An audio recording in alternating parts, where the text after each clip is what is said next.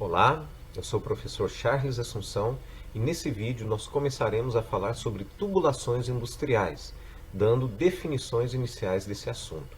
O propósito principal desse vídeo é fazer algumas definições e também mostrar a importância desse assunto de tubulações industriais, que muitas vezes é negligenciado num projeto como um todo. Muitas vezes damos ênfase aos equipamentos, aquilo que a planta vai realizar e nos esquecemos dessa parte de tubulações.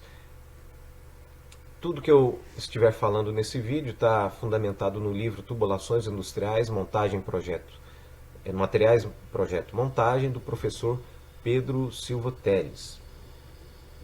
Definindo tubulação ou tubo, o tubo ele pode ser entendido como um duto cujo principal objetivo é conduzir um fluido.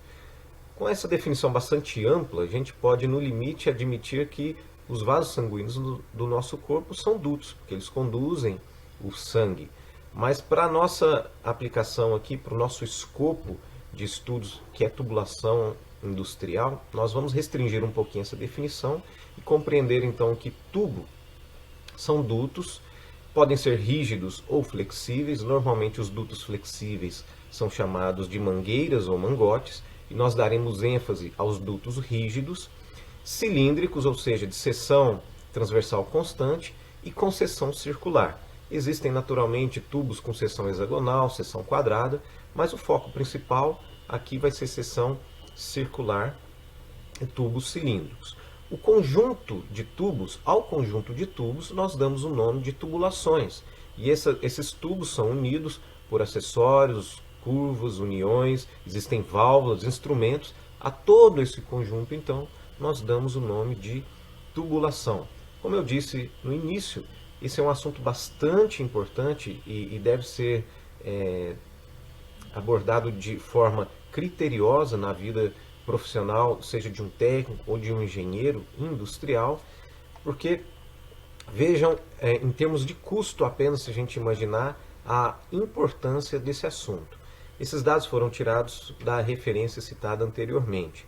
Então, em termos de custo, as tubulações podem representar até 25% do total da instalação, até 50% do custo total de montagem e dos equipamentos. Isso se justifica porque muitas vezes os equipamentos a gente compra montados ou partes já vêm pré-montadas. Agora, normalmente a tubulação ela é feita passo a passo, trecho a trecho ao longo da planta. Então o custo, a mão de obra empreendida nessa instalação é bastante importante, e até 20% do custo total de projeto. Então esses números apontam para a grande importância que deve ser dada a esse assunto de tubulações industriais. E um bom estudo, uma boa especificação pode contribuir tanto para o atendimento dos requisitos técnicos, quanto para a viabilidade financeira e econômica de um empreendimento. Uma curiosidade aqui, para esclarecer os termos utilizados na nomenclatura americana, porque muitas vezes numa literatura a gente pode se deparar com esses dois termos, pipe and tube. Não existe uma definição muito restrita sobre eles, mas normalmente quando eles aparecem, pipe diz respeito ao tubo cuja função principal é conduzir os fluidos, então essa seria a nossa tubulação propriamente. E o tube, ele esse termo é utilizado quando o tubo tem funções como trocar calor num equipamento, transmitir pressão, conduzir sinais ou funcionar como estrutura. Falando um pouquinho de materiais, existem tubos e tubulações de diversos materiais na indústria, e a gente pode separar em alguns grandes grupos. O primeiro grupo são os tubos metálicos, e dentro desse grupo nós temos os metais ferrosos e não ferrosos, cada um com as suas aplicações, restrições, que serão abordadas com maiores detalhes mais à frente. Mas em linhas gerais, os tubos metálicos então são nós temos os ferrosos. Dentre os ferrosos nós temos os tubos de aço carbono, aços ligas e aços inoxidáveis. Os tubos de ferro fundido não são muito comuns na indústria de forma geral. Os tubos mais comuns são os de aço carbono, por atenderem a uma grande gama de requisitos técnicos e de ter um custo mais atrativo. Nós também temos os metais não ferrosos, baseados em cobre, em ligas de cobre, cobre e suas ligas, e alumínio e suas ligas principalmente.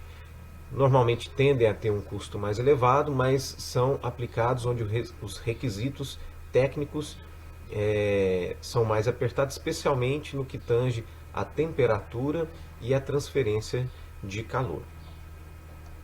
Complementando, nós também temos os tubos não metálicos. São tubos cuja aplicação vem crescendo bastante nos últimos tempos, em função da baixo peso específico ou massa específica, grande flexibilidade, um custo normalmente mais baixo, mas também tem suas restrições técnicas, especialmente no que diz respeito à pressão e temperatura de trabalho. Nós podemos citar os materiais plásticos, PVC, polietileno, e os demais materiais não metálicos também não são tão utilizados na indústria de forma geral, como o cimento, amianto, concreto armado, barro vidrado. São mais aplicados talvez na indústria de construção civil e não na indústria mecânica. E nós também temos os tubos de aço com revestimento interno, de zinco, de aços inoxidáveis, de materiais plásticos, elastômeros.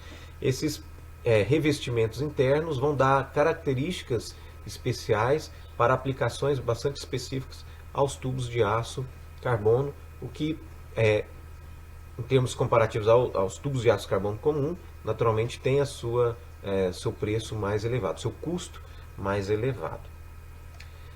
E para fechar essa breve introdução, eu gostaria de falar sobre os critérios de seleção do material dos tubos. Uma vez que nós vimos uma gama grande aí de tubos metálicos, ferrosos e não ferrosos, tubos não ferrosos, não metálicos também. Então, quais são os critérios, ou os principais critérios que devem ser levados em consideração na seleção do material? E depois nós vamos falar com mais detalhes nas próximas aulas. Mas, em linhas gerais, nós podemos fazer uma seleção a partir da pressão e temperatura de trabalho.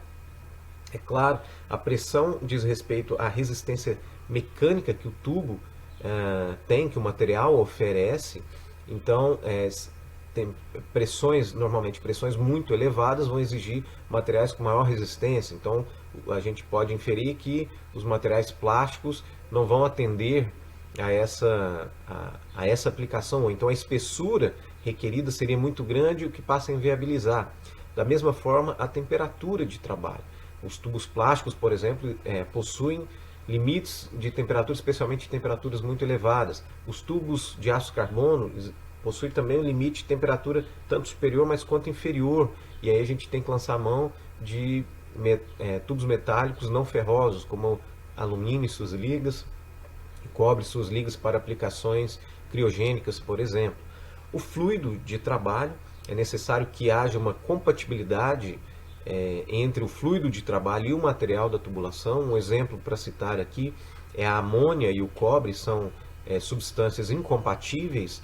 Então, se a gente olha para um sistema de refrigeração, a amônia, a gente percebe que não existe o cobre, tubulações, equipamentos, acessórios em cobre, apesar do cobre possuir uma alta condutividade térmica, ser um material bastante utilizado quando a transferência de calor é um requisito importante, mas na presença de amônia a gente não vai ter o cobre. Então, a compatibilidade com o fluido de trabalho é um requisito também bastante importante. A segurança, o critério mais importante, e aí está vinculado tanto à pressão, à temperatura, ao fluido, à compatibilidade. Um exemplo também que eu posso dar é para tubos de condução de oxigênio, especialmente de alta pressão e vazão.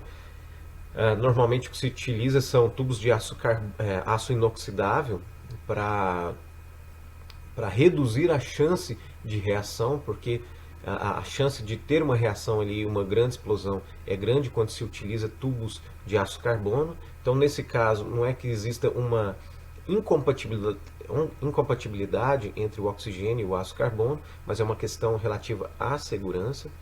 Custo, naturalmente, quando a gente fala de custo, a gente tem que ter em mente tanto o custo de aquisição, de montagem e operação.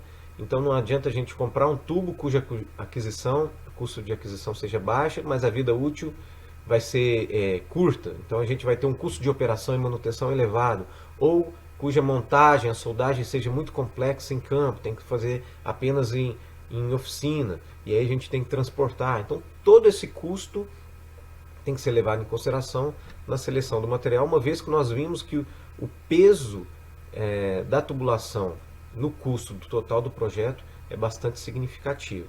E finalmente, a disponibilidade. Não adianta a gente especificar o material que seja indisponível, ou que apenas um fornecedor fabrique, ou que a fabricação ocorra a cada 5 anos, por exemplo. Então, são critérios importantes que muitas vezes são esquecidos e negligenciados, mas que na vida prática, profissional do engenheiro e do técnico de tubulações industriais a gente tem que ter em mente na seleção do material. Bom, com esse slide eu finalizo essa parte introdutória, cujo principal objetivo foi dar definições iniciais e mostrar os materiais existentes, disponíveis, pelo menos os principais deles, para aplicação nas tubulações industriais. No próximo vídeo eu vou falar sobre os processos de fabricação desses tubos. Eu espero que você acompanhe as próximas aulas. Eu agradeço a sua atenção. Até lá!